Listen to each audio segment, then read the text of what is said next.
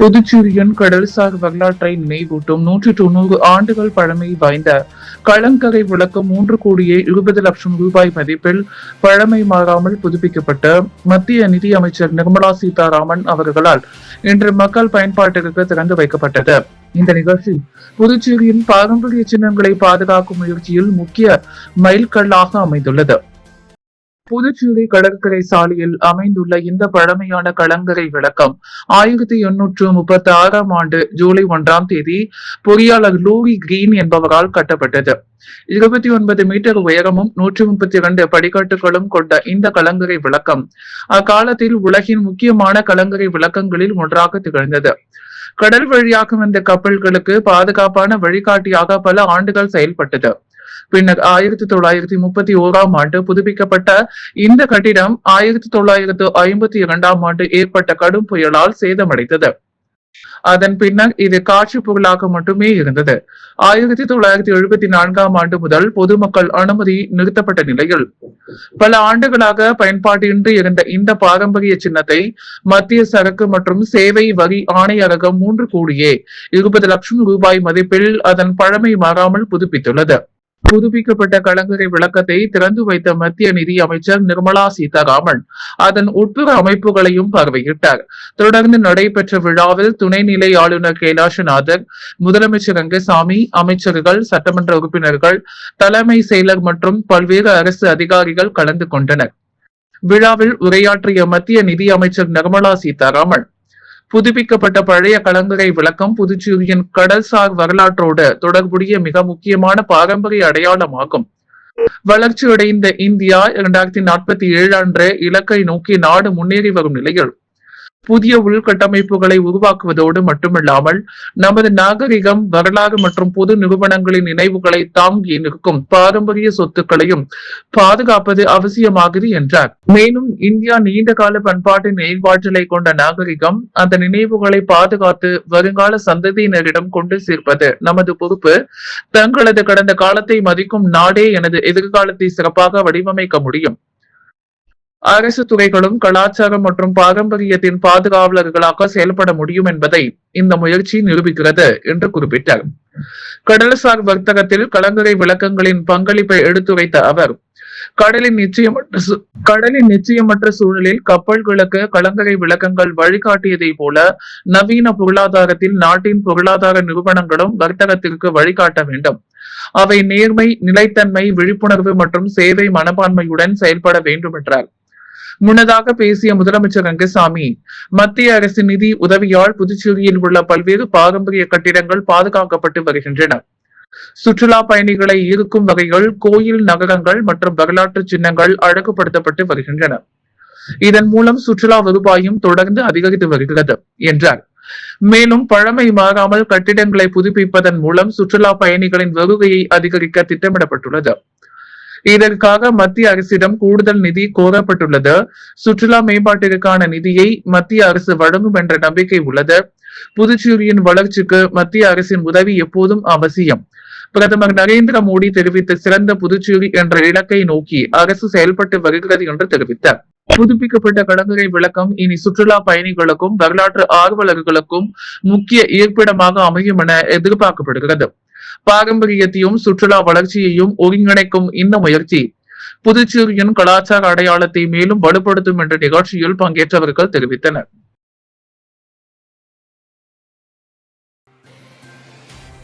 பெங்களூரில் பெற்றோர் மற்றும் தந்தையை கொண்ட வழக்கில் தேடப்பட்ட இளம் பெண்ணை தொடர்ந்து அவரது காதலனையும் புதுச்சேரி போலீசார் கைது செய்துள்ளனர். கர்நாடக மாநிலம் பெங்களூரு KR-புரம் ராமமூர்த்தி நகரை சேர்ந்தவர் சோமசுந்தர், வயது 55, கம்ப்யூட்டர் இன்ஜினியர். இவரது மனைவி முத்துலட்சுமி, வயது 48. இவருக்கு ஸ்வேதா, வயது 25, சுப்ரியா, வயது 20 என்ற இரு மகள்கள் உள்ளனர். இதில் ஸ்வேதா கம்ப்யூட்டர் இன்ஜினியர் ஆவார். சுப்ரியா பெங்களூருவில் உள்ள ஒரு தனியார் கல்லூரியில் பட்டப்படிப்பு படித்து வந்தார். ஸ்வேதா ஆந்திராவை சேர்ந்த கென்னத் என்பவரை காதலித்து வந்துள்ளார். காதலுக்கு ஸ்வேதாவின் பெற்றோர் எதிர்ப்பு தெரிவித்தனர். இதனால் இருவரும் வீட்டை விட்டு வெளியேறி சிக்கியஹள்ளியில் உள்ள அடுக்குமாடி குடியிருப்பில் திருமணம் செய்யாமலேயே கணவன் மனைவி போல் தனியாக வசித்து வந்துள்ளனர். இந்நிலையில் கிரெடிட் கார்டு மூலம் ஸ்வேதா 30 லட்சத்தை கடன் வாங்கியுள்ளார். இக்கடனை அடைக்க ஸ்வேதா பெற்றோரிடம் சொத்தில் தனது பங்கை கேட்டுள்ளார். இதற்கு பெற்றோர் மறுக்கவே அவர்களை கொலை செய்த ஸ்வேதா திட்டமிட்டுள்ளார். அதன்படி இக்கடனை அடைக்க ஸ்வேதா பெற்றோரிடம் சொத்தில் தனது பங்கை கேட்டுள்ளார். இதற்கு பெற்றோர் மறுக்கவே அவர்களை கொலை செய்ய ஸ்வேதா திட்டமிட்டுள்ளார்.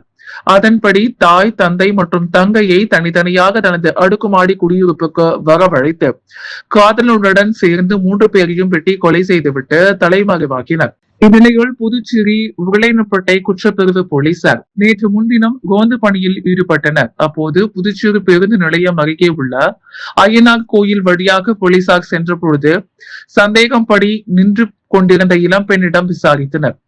அப்போது முன்னுக்கு பின் முரணான பதில் அளித்தனர். இதனால் சந்தேகமடைந்த போலீசார் அவரை காவல் நிலையம் வரவழைத்து இதில் அவர் பெங்களூருவில் பெற்றோர் மற்றும் தங்கையை கொன்ற வழக்கில் தேடப்படும் ஸ்வேதா வயது 25 என்பதும் தெரிய வந்தது. இதையடுத்து உருளையன்பேட்டை போலீசார் பெங்களூரு போலீசாருக்கு தகவல் தெரிவித்தனர். தொடர்ந்து புதுச்சேரி வந்த பெங்களூரு போலீசாரிடம் ஸ்வேதாவை ஒப்படைத்தனர். மேலும் தலைமறைவாக உள்ள காதலன் கென்னத்தை பெங்களூரு போலீசார் தேடி வந்தனர். இந்நிலையில் புதுச்சேரி அண்ணா நகரில் ஒரு மதுபாரில் மது குடித்துவிட்டு வெளியே வந்த கென்னத்தை உருளையன்பேட்டை போலீசார் கைது செய்து குற்றப்பிரிவு 8 ராமலிங்கம் மடக்கி பிடித்து அவரை ஒரு பைக்கில் ஏற்றி காவல் நிலையத்துக்கு ஏற்றி வந்த பொழுது வீட்டு வசதி வாரிய அலுவலகம் அருகே திடீரென பைக்கில் இருந்த கென்னத் கீழே குதித்து தப்பியோட முயன்றார். இதனால் நிலை தடுமாறி விழுந்த ராமலிங்கம் காயமடைந்தார். இருந்தாலும் கென்னத்தை துரத்தி பிடித்து காவல் நிலையத்திற்கு கொண்டு வந்தார். இது பற்றி பெங்களூரு போலீசாருக்கு தகவல் தெரிவிக்கப்பட்டது. நள்ளிரவில் கென்னத்தை பெங்களூரு போலீசாரிடம் உருளையன்பேட்டை போலீசார் ஒப்படைத்தனர். கென்னத்திடம் பணம் மற்றும் நகைகளை கைப்பற்றினர். புதுச்சேரியில் உள்ள அனைத்து கோயில் குளங்கள், அரசு குளங்கள் மற்றும் நீர்நிலைகளை சீரமைத்து நீர் வளங்களையும் நில வளங்களையும் பாதுகாக்க அனைவரும் ஒன்றிணைந்து செயல்பட வேண்டும் என்று முதலமைச்சர் ரங்கசாமி வலியுறுத்தினார். புதுச்சேரி அரியாங்குப்பம் கொம்யூனுக்குட்பட்ட பூர்ணாங்குப்பம் கிராமத்தில் அமைந்துள்ள அருள்மிகு அங்காள பரமேஸ்வரி அம்மன் ஆலயத்தின் அருகே பல்லவ மன்னர்கள் ஆட்சி காலத்தில் சுமார் 1000 ஆண்டுகளுக்கு முன்பு வெட்டப்பட்டதாக கருதப்படும் மிகவும் பழமையான குழியின் குளம் அமைந்துள்ளது. வரலாற்று சிறப்புமிக்க இந்த குளம் மழையின்றி கடுமையான வறட்சி ஏற்பட்ட காலத்தில் கிராம மக்கள் ஒன்றிணைந்து சீரமைத்து குடிநீர் தேவைக்காக பயன்படுத்தியதாக அப்பகுதியில் கண்டெடுக்கப்பட்ட கல்வெட்டு மற்றும் செப்பு தகடுகள் மூலம் தெரிய வந்துள்ளது. காலப்போக்கில் பயன்பாடின்றி இருந்த இந்த குளத்தை பூர்ணாங்குப்பம் கிராம மக்கள் மற்றும் தனசுந்தராம்பாள் தொண்டு நிறுவனம் இணைந்து சமூக பொறுப்பு நிதியின் மூலம் புதுப்பிக்கும் பணிகளை மேற்கொண்டனர். சுமார் 1.5 ஏக்கர் பரப்பளவில் ரூபாய் 1.20 கோடி மதிப்பீட்டில் 5000 கன அடி நீர் கொள்ளளவு கொண்ட வகையில் குளம் சீரமைக்கப்பட்டு அதன் திறப்பு விழா வெள்ளிக்கிழமை நடைபெற்றது. விழாவில் மத்திய நிதி அமைச்சர் நிர்மலா சீதாராமன் தலைமை விருந்தினராக கலந்து கொண்டு குளத்தை திறந்து வைத்தார். நிகழ்ச்சியில் துணைநிலை ஆளுநர் கைலாசநாதர், முதலமைச்சர் ரங்கசாமி, மாநிலங்களவை உறுப்பினர் செல்வகணபதி உள்ளிட்டோர் கலந்து கொண்டு குளத்தை பார்வையிட்டதுடன் மரக்கன்றுகளையும் நட்டு வைத்தனர். விழாவில் பேசிய முதலமைச்சர் ரங்கசாமி மொழியன் குளத்தை மீட்டெடுக்க பாடுபட்ட கிராம மக்கள் மற்றும் தொண்டு நிறுவனத்திற்கு பாராட்டு தெரிவித்தார். பூர்ணாங்குப்பம் இயற்கை வளம் நிறைந்த பகுதி என்றும் அங்காள பரமேஸ்வரி அம்மன் கோயில் அதிக பக்தர்கள் கூடும் சக்தி வாய்ந்த திருத்தலம் என்றும் அவர் குறிப்பிட்டார். மேலும் தரமான காய்கறிகள் விளையும் வளமாக விவசாய நிலங்கள், இளைஞர்களின் ஒற்றுமை, சிலம்ப கலையின் பாரம்பரிய ஆகியவற்றால் பூர்ணாங்குப்பம் தனித்துவம் பெற்றுள்ளதாக தெரிவித்தார். கோயில்களில் தெப்ப திருவிழா நடத்தப்பட்டிருப்பதற்காக குளங்கள் அமைக்கப்பட்ட பாரம்பரிய தமிழக மற்றும் புதுச்சேரி கலாச்சாரத்தின் முக்கிய அம்சமாகும்.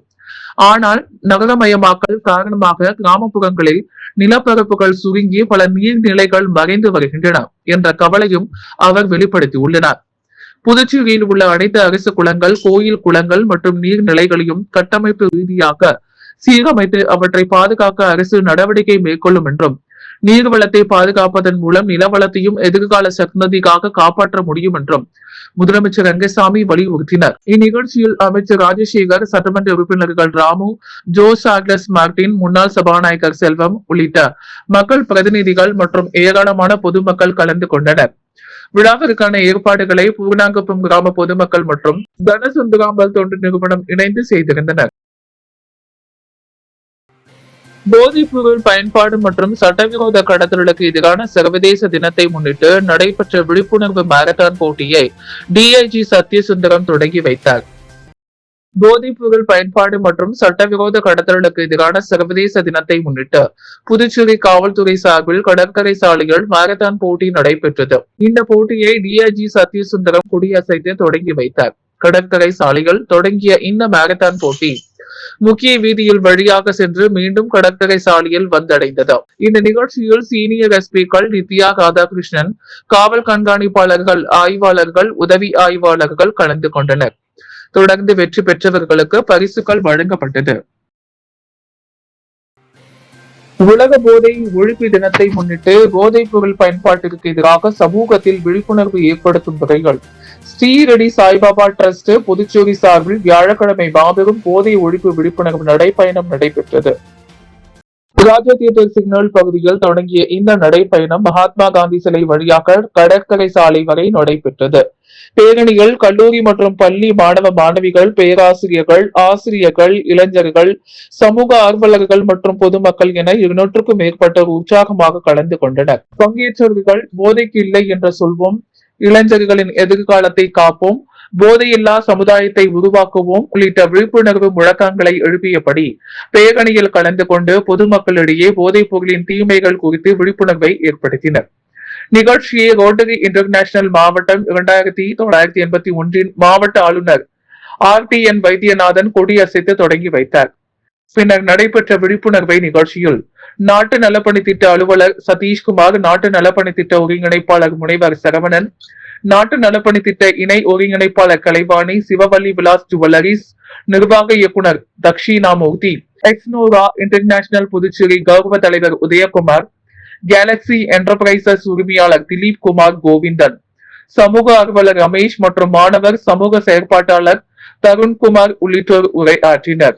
அவர்கள் போதைப் பொருள் பழக்கத்தால் உடல் நலம், மனநலம், குடும்ப உறவுகள் மற்றும் சமூக அமைப்பு பாதிக்கப்படுவதாக குறிப்பிட்டு, குறிப்பாக இளைஞர்கள் போதைப் பொருள் பழக்கத்திற்கு அடிமையாகாமல் கல்வி, விளையாட்டு மற்றும் சமூக பணிகளில் அதிக கவனம் செலுத்த வேண்டும் என்றும் வலியுறுத்தினர். நிகழ்ச்சியை ஸ்ரீரடி சாய்பாபா டிரஸ்ட் நிறுவனர் மற்றும் நிர்வாக அரங்காவலரான பிரபு தலைமையில் ஒருங்கிணைக்கப்பட்டது. போதை இல்லாத ஆரோக்கியமான சமுதாயத்தை உருவாக்க அனைவரும் ஒன்றிணைந்து செயல்பட வேண்டும் என்ற உறுதிமொழியுடன் விழிப்புணர்வு நடைப்பயணம் நிறைவடைந்தது. புதுச்சேரி கால்பந்து சங்கம் சார்பில் 2024-25 மற்றும் 2025-26 ஆண்டுகளுக்கான கால்பந்து லீக் போட்டியில் வெற்றி பெற்ற அணிகளுக்கான பரிசளிப்பு விழா நடைபெற்றது.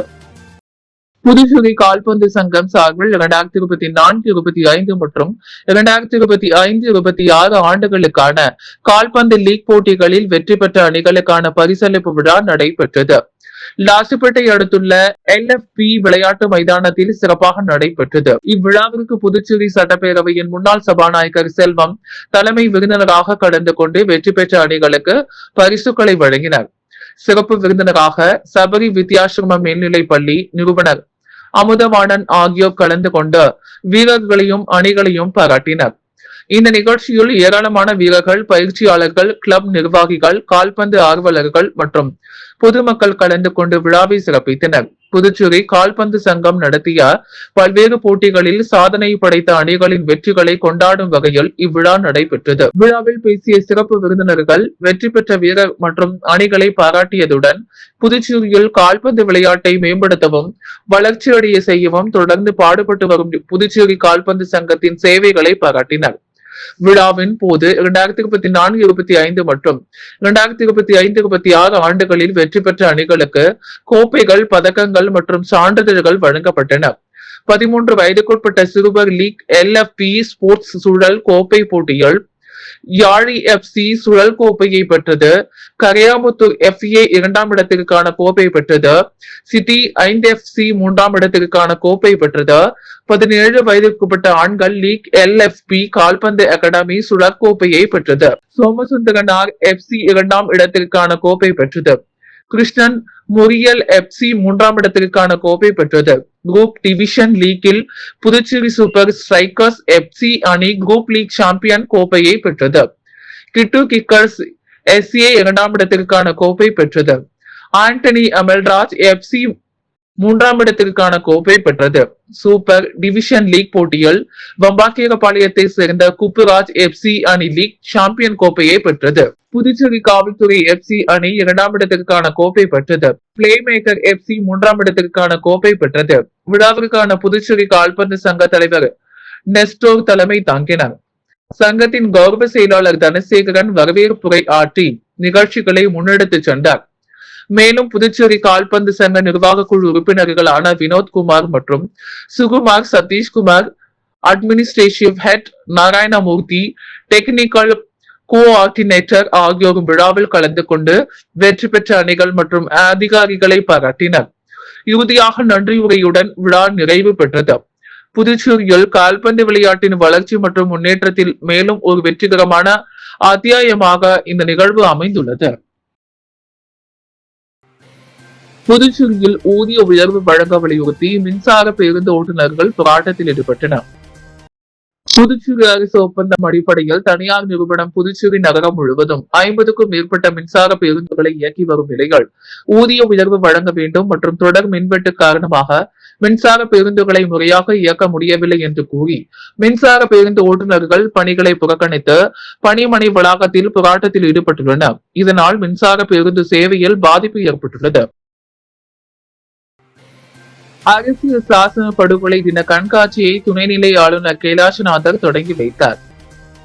52வது அரசியல் சாசன படுகொலை தினம் புதுச்சேரி அரசு சார்பில் நேற்று அனுசரிக்கப்பட்டது.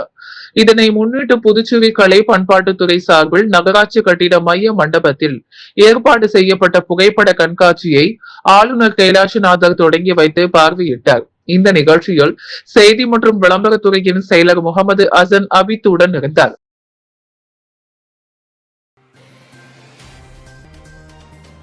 விழுப்புரம் மாவட்டம் கோட்டக்குப்பம் நகராட்சிக்குட்பட்ட சின்ன கோட்டக்குப்பம் பகுதியில் போலீசார் மேற்கொண்ட வாகன சோதனையில் ஒடிசாவிலிருந்து ரயில் மூலம் கஞ்சா கடத்தி வந்த விற்பனை செய்ததாக இருவர் கைது செய்யப்பட்டனர். அவர்களிடமிருந்து 4 கிலோ உயர்தர கஞ்சா மற்றும் 2 செல்போன்கள் பறிமுதல் செய்யப்பட்டன. கோட்டக்குப்பம் காவல் நிலைய இன்ஸ்பெக்டர் பாபு தலைமையிலான போலீசார் சின்ன கோட்டக்குப்பம் பகுதிகள் தீவிர வாகன சோதனையில் ஈடுபடுத்தப்பட்டிருந்தனர். அப்போது சந்தேகத்திற்கிடமான வகையில் நின்று கொண்டிருந்த இருவரை பிடித்து விசாரணை நடத்தினர். விசாரணையின் போது அவர்கள் முன்னுக்கு பின் முரணான தகவல்களை தெரிவித்ததால் காவல் நிலையத்திற்கு அழைத்து சென்று தீவிரமாக விசாரிக்கப்பட்டது.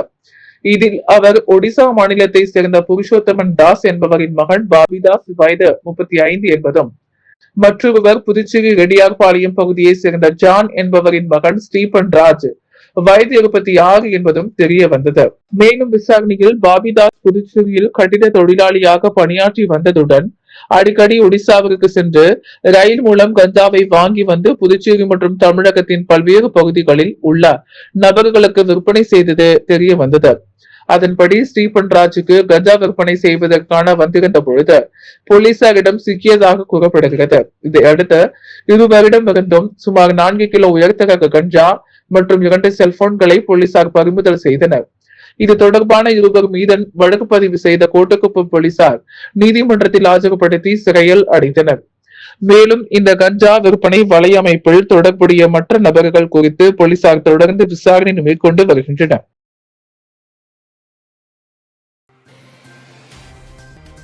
புதுச்சேரி மாநிலத்தில் நிலவி வரும் அரசியல் மற்றும் நிர்வாக முடக்கத்திற்கு முதலமைச்சர் உடனடியாக முற்றுப்புள்ளி வைத்து துறைகளை ஒதுக்க வேண்டும் என புதுச்சேரி மாநில மக்கள் முன்னேற்ற கழக தலைவர் பேராசிரியர் ராமதாஸ் வலியுறுத்தியுள்ளார். அவர் வெளியிட்டுள்ள அறிக்கையில் சட்டப்பேரவை தேர்தல் முடிந்து 51 நாட்கள் கடந்தும் அமைச்சர்களுக்கு இதுவரை துறைகள் ஒதுக்கப்படாதது ஜனநாயக ஆட்சியின் அடிப்படை கொள்கைக்கு முரணானது என்றும் துறைகள் இல்லாத அமைச்சரவை பெயரளவிலான அரசாகவே உள்ளது என்றும் தெரிவித்தார். அனைத்து துறைகளையும் முதலமைச்சர் ஒருவரே வைத்திருப்பது கூட்டு அமைச்சரவை பொறுப்பை அர்த்தமற்றதாக்குவதாகவும் கூட்டணி கட்சிகளுக்கிடையேயான கருத்து வேறுபாடுகளால் மக்களின் நலன் பாதிக்கப்படக்கூடாது என்றும் அவர் கூறினார். எனவே அமைச்சர்களுக்கு உடனடியாக துறைகளை ஒதுக்கி முழுமையான அரசியல் சாசன ஆட்சியை உறுதி செய்ய முதலமைச்சர் நடவடிக்கை எடுக்க வேண்டும் எனவும் பேராசிரியர் ராமதாஸ் வலியுறுத்தியுள்ளார். புதுவை பல்கலைக்கழகத்தின் சுப்பிரமணிய பாரதியார் தமிழ் மொழி மற்றும் இலக்கிய புலம் மற்றும் கவியரசு கண்ணதாசன் இலக்கிய கழகம் இணைந்து நடத்திய கவியரசு கண்ணதாசன் 100 தொடக்க விழாவும் கவியரசு கண்ணதாசன் இலக்கிய கழகத்தின் 14ஆம் ஆண்டு விழாவும் புதுவை பல்கலைக்கழக வளாகத்தில் சிறப்பாக நடைபெற்றது. விழாவிற்கு புதுவை பல்கலைக்கழக துணைவேந்தர் பேராசிரியர் பிரகாஷ் பாபு தலைமை தாங்கினார். நிகழ்ச்சியில் திரைப்பட பாடலாசிரியரும் எழுத்தாளருமான கவிஞர் யுகபாரதிக்கு இந்த ஆண்டுக்கான கண்ணதாசன் விருது வழங்கி அவர் சிறப்புரையாற்றினார். விழாவில் பேசிய துணைவேந்தர் பிரகாஷ் பாபு, கவியரசு கண்ணதாசன் சகமால சமகால சமூகத்திற்கும் தொடர்ந்து வழிகாட்டும் அழியாத இலக்கிய ஆளுமை என பாராட்டினார். மனிதநேயம், கருணை, சமூக நீதி, அறநெறி வாழ்க்கை போன்ற உயரிய விழுமியங்களை அவரது படைப்புகள் தலைமுறைகளை தாண்டி எடுத்து செல்கின்றன என்றும் இன்றைய சமூக சவால்களுக்கு அவரது சிந்தனைகள் பொருத்தமானவை என்றும் குறிப்பிட்டார். மேலும் கண்ணதாசனின் இலக்கிய பாரம்பரிய தமிழ் மொழி மற்றும் பண்பாட்டு மரபை பாதுகாத்து வளர்ப்பதோடு மட்டுமல்லாமல் மனித உறவுகள், தார்மீக பொறுப்பு மற்றும் அனைவரையும் உள்ளடக்கிய சமூக முன்னேற்றத்திற்கு வழிகாட்டும் சக்தியாகவும் விளங்குகிறது என்றார். விழாவில் கோதண்டராமன், மதன்குமார், குமரன், கஜேந்திரன், பத்மநாபன் ஆகியோர் முன்னிலை வகித்தனர். தமிழ்துறை தலைவர் பேராசிரியர் ரவிக்குமார் வரவேற்புரை நிகழ்த்தினார். கவியரசு கண்ணதாசன் இலக்கிய கழக தலைவர் பொறிஞர் தேவதாசு நோக்க உரையாற்றினார். பேராசிரியர் கிளமண்டஸ் சகாயராஜ் லூர்து தொடக்க உரை ஆற்றினார். கழகத்தின் நிறுவனர் வழக்கறிஞர் கோவிந்தராசு, செயலாளர் அருள் செல்வம், முனைவர் ஸ்ரீவித்யா, முனைவர் பூங்குழலி பெருமாள் ஆகியோர் வாழ்த்துரை வழங்கினர். கழக பொருளாளர் விரட்டி சுவரன் விருந்தாளரான யுகபாரதியை அறிமுகப்படுத்தினார். விருதை பெற்றுக் கொண்ட கவிஞர் யுகபாரதி, கண்ணதாசனின் படைப்புகள் தமது இலக்கிய மற்றும் திரைப்பட பாடல் பயணத்தில் மிகுந்த தாக்கத்தை ஏற்படுத்தியுள்ளதாக குறிப்பிட்டது. விருது வழங்கிய அமைப்பினருக்கு நன்றி தெரிவித்தார். நிகழ்ச்சியை கலைவாணி பாண்டியன் மற்றும் கலைவாணி சதீஷ் தொகுத்து வழங்கினார். நிறைவில் ஆசிரியர் அரங்க செந்தில்குமார் நன்றி உரை வழங்கினார். புதுவை சான்றோருக்குள்ள தர்ம பரிமாண சபையில் சார்பில் மா.பொ. சிவஞான 121வது பிறந்தநாள் விழா கொண்டாடப்பட்டது. புதுச்சேரி சான்றோர் குலத்தின் ஒப்பற்ற தலைவர் ஐயா திருமயிலை பொன்னுசாமி சிவஞான கிராமஞாரின் 121வது பிறந்தநாள் விழா புதுவை சான்றோர் குல தரம் பரிபாலன் சபையின் சார்பில் புதுவை பாலாஜி திரையரங்கம் அருகில் நடைபெற்றது. பூக்களால் அலங்கரிக்கப்பட்ட திருவுருவ படத்திற்கு சபையின் மாநில தலைவர் சுவாமிநாதன் கிராமமணி மலர் தூவி மரியாதை செலுத்தினார். அதனைத் தொடர்ந்து 100க்கும் மேற்பட்டோருக்கு காலை உணவு வழங்கப்பட்டது. அதனைத் தொடர்ந்து சித்தன்குடியில் அமைந்துள்ள தலைமை அலுவலகம் சபையில் அமைந்துள்ள ஐயா மா.பொ. திருவுருவ சிலைக்கு மாலை அணிவித்து மரியாதை செய்யப்பட்டது. நிகழ்ச்சியில் சபையின் நிர்வாகிகள், தமிழ்நாடு புதுச்சேரி நாடார் பேரவை தலைவர் மற்றும் நிர்வாகிகளும் கலந்து கொண்டு அவரது திருவுருவ படத்திற்கு மாலை அணிவித்து மரியாதை செய்தனர். நிகழ்ச்சியில் புதுவை சான்றோர் குல கிராமணியார் தர்ம பரிபாலன் சபையின் அவைத்தலைவர், ஒருங்கிணைப்பாளர்கள், சட்ட ஆலோசகர், பொருளாளர், துணைத் தலைவர்கள், துணை செயலாளர்கள், துணை பொருளாளர்கள், செயற்குழு உறுப்பினர்கள், தலைமை சபையின் நிர்வாகிகள், பத்திரிகை நிர்வாகிகள், இளைஞர் அணி தலைவர் மற்றும் நிர்வாகிகள், மகளிர் அணி தலைவர் மற்றும் நிர்வாகிகள், அனைத்து தொகுதி தலைவர்கள் மற்றும் நிர்வாகிகள், உறுப்பினர்கள் ஆகியோர் திரளாக கலந்து கொண்டனர். ஊசுடு தொகுதி சட்டமன்ற உறுப்பினர் அலுவலகம் திறப்பு விழா பத்துக்கொண்ட பகுதியில் நடைபெற்றது.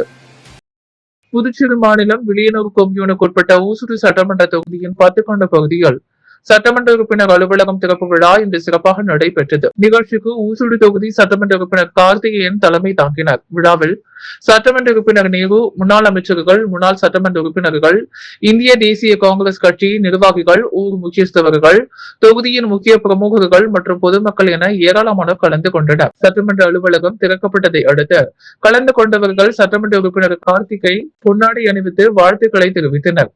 மேலும் பொதுமக்களின் கோரிக்கைகள் மற்றும் தொகுதி மேம்பாட்டு பணிகளை நேரடியாக கேட்டு தீர்வு காணும் வகையில் இந்த அலுவலகம் செயல்படும் என தெரிவிக்கப்பட்டது. நிகழ்ச்சிக்கான அனைத்து ஏற்பாடுகளையும் இந்திய தேசிய காங்கிரஸ் கட்சி நிர்வாகிகள் சிறப்பாக செய்திருந்தனர். விழாவில் கலந்து கொண்ட பொதுமக்கள் மற்றும் கட்சி நிர்வாகிகள் புதிய அலுவலகம் திறக்கப்பட்டதற்கு மகிழ்ச்சி தெரிவித்து தொகுதி வளர்ச்சிக்கான நடவடிக்கைகள் மேலும் தீவிரமடையும் என்று நம்பிக்கை தெரிவிக்கப்பட்டது. அன்றாட செய்திகளை உடனுக்குடன் தெரிந்து கொள்ள பாண்டி ஹெட்லைன்ஸ் சேனலுக்கு சப்ஸ்கிரைப் செய்து கொள்ளுங்கள்.